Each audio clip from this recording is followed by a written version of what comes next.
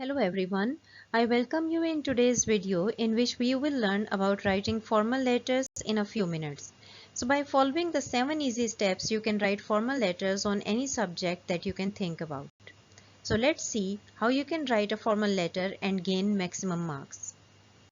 Basically, we divide a formal letter in two parts. It contains the compulsory parts and the optional parts. So I will start with the compulsory parts of a letter. If you don't include these compulsory parts in your letter, it will be considered an incomplete one.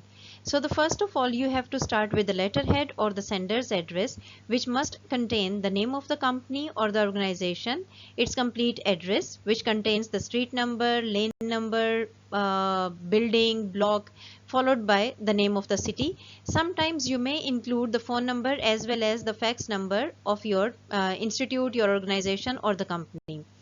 It is followed by the date, then the inside address or the receiver's address, which must contain the name of the receiver, his or her designation, name of the company or organization, along with again its complete address. It is followed by a subject line, then a salutation, 3 basic paragraphs that must contain the purpose of writing that letter, detailed explanation of your letter, along with the conclusion. So these are basically 3 paragraphs. It is followed by the complimentary clause, which must include the words like sincerely yours, then your signature, followed by your name as well as designation.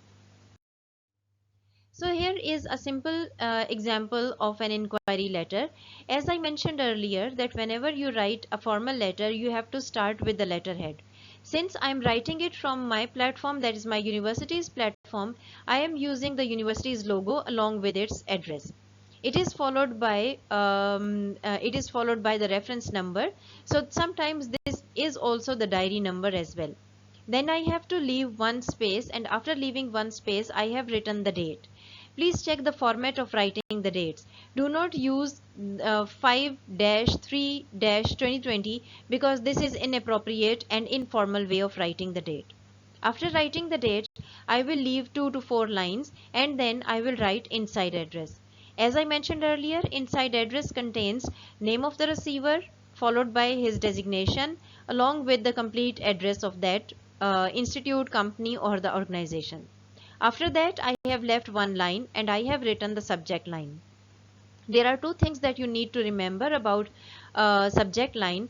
First of all, this is a phrase and this is not a complete sentence. Therefore, it will not have a full stop at the end of it. Second very important thing, if you can notice, I have capitalized first alphabet of each word except the prepositions and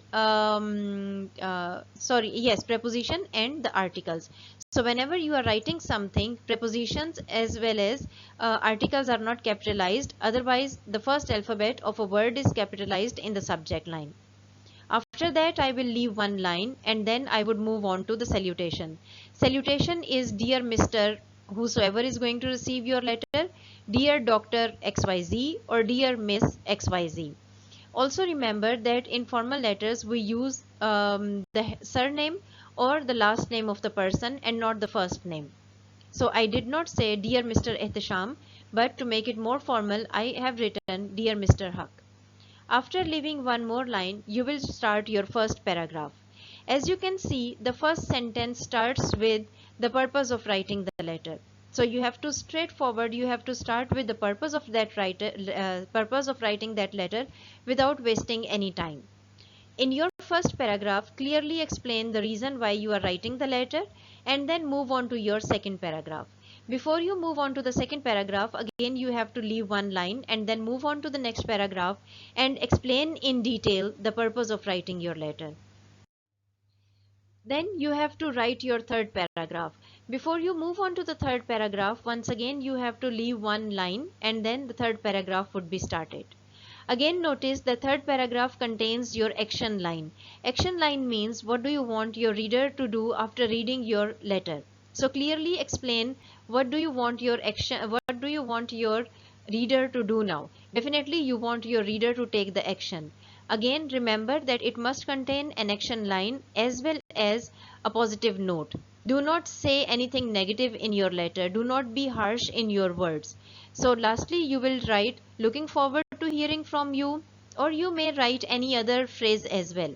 It is followed by the complementary clause. As I said earlier, it starts with sincerely yours or truly yours, followed by your signature. You have to insert your signature within the 4 lines. In the 5th line, you will write your name along with your designation. Before we conclude our today's video, there are a few points that you need to remember, or I must say that these are the common mistakes that students make while writing the letters.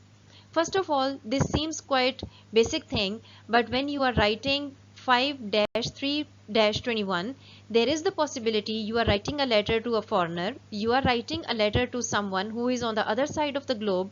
For him or her, this 5 might not be the date but the month. So if you want to say 5th March 2021, there is the possibility the receiver would think it as 5th month, that is May 3rd, 2021. So be very specific, be very clear when you are writing the date.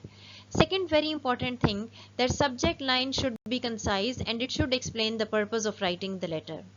Again, as I said earlier, subject line is not followed by a full stop because it is a phrase, not a complete sentence. Another very important thing, when you are writing formal letters, do not write the titles like Miss, MISS or Mrs. Because there is the possibility someone is not married and you are writing her Mrs. and your letter would definitely be rejected or it might not be answered because you might offend someone. So use the formal word that is Miss, MS Miss. This is a formal one that is used for married as well as unmarried ladies. Lastly, you have to write sincerely yours instead of writing yours obediently.